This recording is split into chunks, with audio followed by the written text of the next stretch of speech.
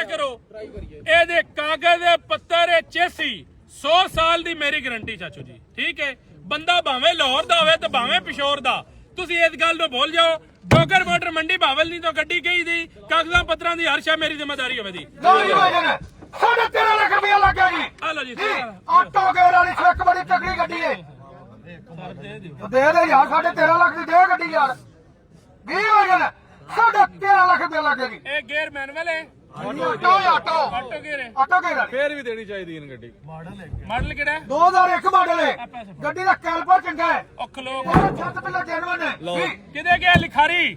ਉਹ ਲਿਖਣ ਵਾਲਾ ਕਿੱਧਰ ਤੇ 13,60,000 ਰੁਪਏ ਦੀ ਗੱਡੀ ਲੈ ਕੇ